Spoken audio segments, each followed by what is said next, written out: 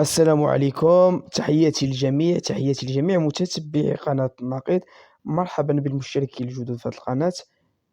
حلقة اليوم عنوانها المهدوي في قبضة الناقد. اليوم أتشد المهدوي في حالة تلبس بجرائم سأوضحها لكم، فنبقاو مع المقطع الأول ونتفاعلوا مع أي مقطع بما يلزمه. فخليكم معنا، ما تنسوش ديروا اللايك والبارطاج لتعم الفائدة.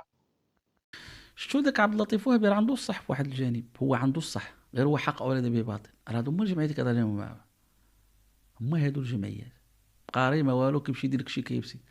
وقبل ما نرد عليه غادي نكملوا مع المقطع الثاني باش نرد عليهم بجوج في دقة واحدة.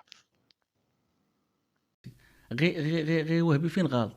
كيجمع حبوت بلا. كاين الجمعيات الهادفه والمحترمه واللي خصها تبلغ بالمال العام وخصنا نحافظوا على ديك الوظيفه ديالها، ولكن بصح هادو واش تقصد الجمعية ديال الغالي صاحبك؟ هادو هما الجمعيات اللي خاصهم يبقاو. لا انت مخطئ. اسمع صاحبك اش كيقول بعدا. علاش ما نمشوش الجمعية للقضاء؟ المغربية لحقوق الإنسان علاش ما نمشوش للقضاء؟ في الأدبيات ديالها تستخدم لفظ الشعب الصحراوي. طبعا لان احنا داخل الجمعيه موقفنا واضحا، الجمعيه موقفها من قضيه الصحراء واضح. ما هو موقفكم من مثلا في قضية المؤتمر الصحراء؟ الخامس كان الموقف ديال الجمعيه هو مع تقرير المصير. من بعد ذلك فاش بدا التفاوض بين الحكومه المغربيه والدوله المغربيه والجبهه، اصبح موقفنا هو حل تفاوضي يرضي جميع الاطراف ويجنب المنطقه الحرب. في إطار الحكم الذاتي. لا كلام خطير ماشي خطير، هذا هو الموقف ديال الجمعيه. دابا هادو هما الجمعيات اللي بغيتي خليهم وهبي، اللي بغيتي الدولة تخلي لنا بحال هاد الجمعيات هادو، جمعيات كتنخر المقدسات ديال البلاد، كتهدم البلاد، بغيت تحش ليها الركابي. دابا هادي هي الجمعيات اللي كتهضر عليهم انت حامد. واخا انا معك واخا. هنا في فرنسا. فهل تشكك في وطنيتنا وحبنا لملكنا؟ فنحن نعرف أن المهدوي ملكي ودائما يرضي الله الوطن الملك. بركة من الاسترزاق، سير الله يرد بك. واش اللي ملكي بصح كيقول على الملك وعلى الملكيه، وهذيك الملكيه ويهز يدو واخا ما حامياناش حتى هي باغينا؟ واش هذا ملكي؟ واش اللي كيقول بلي الملك يجب ان يحاسب هذا ملكي؟ فما تحاولش تستغبينا. هذاك السلقود الامريكان تم داخل المغرب، تيقول لك انا داخل ندير لكم الزيت الريط ورانا محمي، حاميني شي ناس. كنقول لهذاك السلقود اذا كيحميه شي مسؤول فراه سلقود. اولا نعرض لك على هذا المقطع من وجهين. الوجه الاول، اعطيني مقطع واحد ديال تحفه كيقول فيه باللي راه محمي، حاميه شي مسؤول، بمعنى انك تكتب تفتري. الوجه الثاني اللي غنرد عليه، شكون اول واحد قال لنا باللي راه ولي صالح؟ ماشي انت؟ ولا نسيتي؟ نفكرك، ان كنت ناسي اذكرك. ولا بد نشكر واحد السيد لعب واحد الدور كبير، محمد تحفه. صراحه الله هذاك الولد خصوصا بلغ الى علمي، دار معاه واحد السلوك. انا شوف هاد الانسان اللي كبرتكم اخوتي المغاربه، قبل ما نكملوا معاه، شوف كيفاش غادي يدير برويصو. منافق، انت منافق. عندي واحد المحدد بغض النظر على افعال الانسان، فالبشر ما تحكموش علينا هضرته. لا اللي كيخرج عينه بخطابات زوينه، لا اللي كيخرج فمه ثقوا فيا اخوتي المغاربه، والله ما كتبقى كاينه محطات اللي كنعرفوا الناس طيبين. اثقوا فيها خوتو المغاربه، راه كاينين محطات اللي كيبانوا فيهم الناس الطيبين ويدير برويصو. ثقوا فيه والله حتى منافق. ومازال نكمل معاك في هذا المقطع. هذاك محمد تحفه دار مع هذا واحد السلوك قالها لي محمد المديمي في التليفون البارح، ولكن ما عنديش تفويض باش نقولها. من بعد لا السي محمد عطاني اذن نخرجها. قلت له محمد، قال لي دار معايا هذا السلوك، والله ما كيديروها اولياء الله، داروا مع هذاك محمد تحفه وهو في الحبس. دار معاه سلوك والله ما كيديروا الا اولياء الله. انت كيفاش تقلب تحفه دابا من ولي الله للسلقوط؟ شرح غير للمتابعين ديالك هذه القضيه، شرح لهم، شرح للقاطع. نكملوا مع هذا المنافق برو ماكس. ولكن المشكل الكبير هو ان عنده الجمهور كامل الجزائري، كامل ديال هذيك الدوله الاحتلال الجزائري، الجمهور كامل جزائري. المغاربه اللي كتفرجوا انتم جزائري. علاش هذا الجمهور جزائري؟ كنظن نقول له النظام الجزائري مسؤول والفساد والتخلف. علاش يجي عندي نظام جزائري؟ ايوا انت راك قلت على المتابعين ديال تحفه جزائريين وقلتي عليهم صهاينه، ما خليتي ما قلتي وذباب الكتروني. ثم هنا راك كتوهم المتابع ديالك بانه قال مزيت النظام الجزائري، هو ما قالش النظام، قال الجمهور. باش ما تبقاش تكذب على عباد الله، باش ما تبقاش تكذب على القاطع اللي تابعك، مع الاعتذار لشي وحدين، ولكن الاغلبيه قاطع. فنفكروك في شنو قلتي انت على الجمهور اللي متبع تحفه. وراه حتى الجمهور اللي كيشوف داك الشيء فيه جوج، كاينه الكتروني، كاينه بعض الجمهور الجزائري ودوك اعداء الوحده الترابيه. علاش كيغديو ديك القناه؟ لانها كتزرع الفرقه والفتنه، وفيها حتى جمهور صهيوني. دابا تصور، انا ما كناقشش هذا عندك صحابكم حنا المهداوي ولا الموقع كان، لا لا لا، انا فين عندي المشكل؟ شوف على من كيعتمدوا، شوف شكون اللي يدافع على المملكه المغربيه. شوف دابا هذا كيدافع على المخابرات المغربيه، وتصور دابا من خلال هذا الفيديو وهاد المقاطع اللي حاط المهداوي بان لكم المزيد تيقول بانني ادافع عن المخابرات المغربيه. علاش كتحاول تعطي تيكي وتلصقها في الاذهان ديال المتابعين وتبني عليها؟ هذه هي المغالطه ديال الرجل القش، كتصنع لهم واحد الوهم وكتبني عليه. تصور هذا اكبر اساءه للديستي، اكبر اساءه للاستاذ عبد اللطيف الحموشي، والله العظيم بحال هادو. وتصور شحال الناس هادوك تعتبروهم راه مع الديستي، قسما بالله لا كتروج لعند. قسما بالله لا اللي بغا تروج هاد الفكره دابا. اما المزيت الجميع كيعرفوا انه حقوقي لا اقل ولا اكثر. انت دابا كتوهمهم انهم على دي جي اس تي ومدخل الحموشي في الصوره. علاش مدخل الحموشي في الصوره؟ باش تضرب الامن. خرج ليها نيشان. كيفاش كنهضر في الامن القومي، في العسكر، في الجيش، في المخابرات؟ كنهضر في الحياه الخاصه ديال الناس. اش كندير موقع بعدي؟ كيف خاصها تغلق هذه القناه؟ شوف على وقاحه. شنو كتوهم المتابعين بانك ما عمرك خدتي في الحياه الخاصه ديال الناس؟ ومال الزوجه ديال الفيزازي اللي قلتي كنتي مسكنها في مقر الجمعيه؟ شنو هذاك الشيء؟ ماشي حياه الناس هذيك. كملوا معاك. عفكر انا عندي كيفاش، شنو النشاط اللي غندير ما بعد القناه والموقع؟ بقيت صعب اش غندير؟ ما نقولش عندي.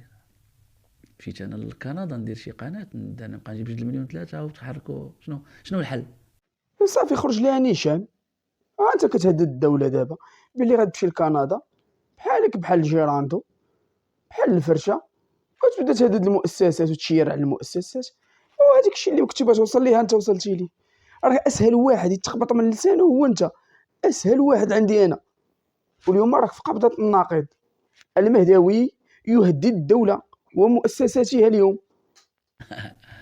لو واش فكرتوا ما بعد؟ انا بغيت سؤال وزعما انتم وغنسكت دابا، انا ما نغلبكمش، هذه راه معلومه والله ما نقد.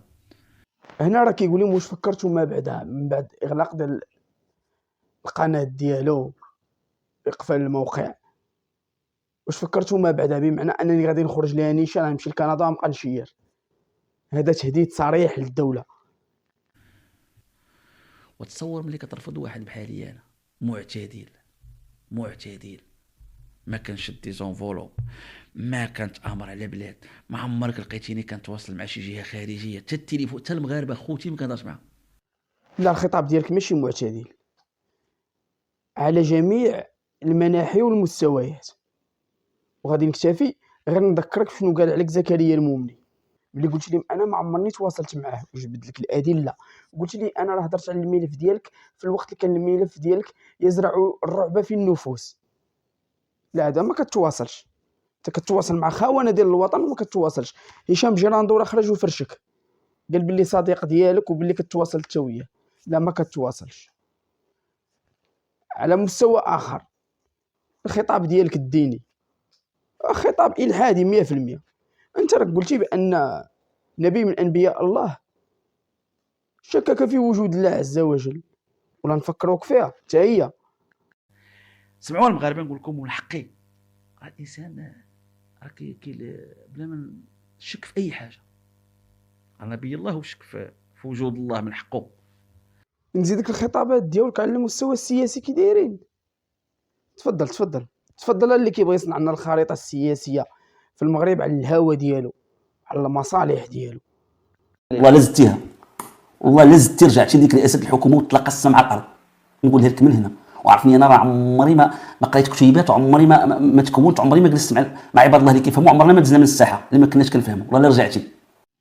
قال لك خطاب معتدل. كمان نزيدك شي حاجه، الصناديق السوداء هي صناديق خارجه عن اي رقابه شعبيه وبرلمانيه. الصناديق هي واحد البلاصه ديال الفلوس لاكيس، ما كيراقبها لا البرلمان لا المجلس على القضاء لا المجلس على الحسابات، ما كيراقبها لا الشعب المغربي، ما كيراقبها لا المفتش ديال وزاره العدل. صناديق سوداء. ياك ما نزيدك شي حاجه اخرى وديها السي المهداوي. تفضل. غضبان من الملكيه، انا مقلق، من حقي نتقلق. الملك ماشي هو الله، شحال واحد يبغي يقنعنا الملك استغفر الله هو الله، ما يتناقش، راه كيدير الشيء صافي. لا الشي فين وصلتي؟ حتى الملك الله يشافيه والله ينصرو على من عاداه. نزيدك اودي المهداوي ولا نحبس حدي هنا؟ الحضور الشريف، لان ما يمكنش شي واحد يجي لهذا اليوم، شي واحد يوقف في هذه اللحظه من هادو كاع اللي كاينين باستثناء المخزن، الرجال، وغنسى الحرائر النيت اللي رادعين بالزوره نقيه. اش بالك البطل؟ نزيدك شي بركه. شنو كنتي كتقول على الناس ديال الاحزاب وعلى منيب؟ تفضل تفضل. هاك القضاء يمشيو للسويد، قالت لك تمشي للسويد من اجل الصحراء، وما تقدرش تجي عند السيد في اعتصام قدام السلطه القضائيه. السلطه القضائيه انا بلا منيب مع كامل تقديري ليها ومن حقي نسالها، قدرت تمشي للسويد ما عندها لا الصحراء ولا والو. وانا عارف دابا المجرمين ودوك اللي واكلين القرقوبي ديالها وكذا. صدق القائل ان لم تستحي فاصنع ما شئت. كملوا معه. انا كيبتزني، بغيتش نقول هذه العباره وهبي، انا كنبتزك السي عبد اللطيف صافي. شو الشبكه هو كيضرب سميتو وهبي، شكون اللي مخرجو؟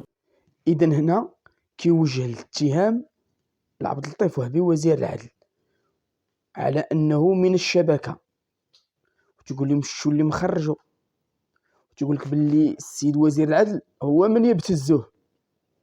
ولكن قبل ما نسالي هذا لا فيديو هذا، المهداوي واحد النهار هضر على اللغه العربيه بكونها لغه دستوريه. غنشوفوا فاش هضر عليها وشنو قال عليها، وفي نفس الفيديو وفي نفس اللقطه كيتكرفص عليها. غنبينوا بالنقطه والفاصله. واخوتي المغاربه، وكبيرهم الذي علمهم السحر. عباد الله غنوريكم واحد المقطع. واش ملي كتجي انت للدستور ديال المملكه المغربيه وتلقى فيه تظل اللغه العربيه الرسميه للدوله، اللغه العربيه هي اللغه الرسميه ديال الشعب المغربي، وتعمل الدوله على حمايتها وتطويرها، وكتلقاه كيتكرفص على اللغه العربيه، وكتلقاه كيتكرفص على اللغه العربيه. يلا ما كاينش شي واحد كيتكرفص على اللغه العربيه قدك، على اللغه، على تجر ام ترفع. نعاود هذه اللقطه لاهميتها. وكتلقاه كيتكرفص على اللغه العربيه، كيتكرفص على اللغه العربيه، كيتكرفص على اللغه العربيه.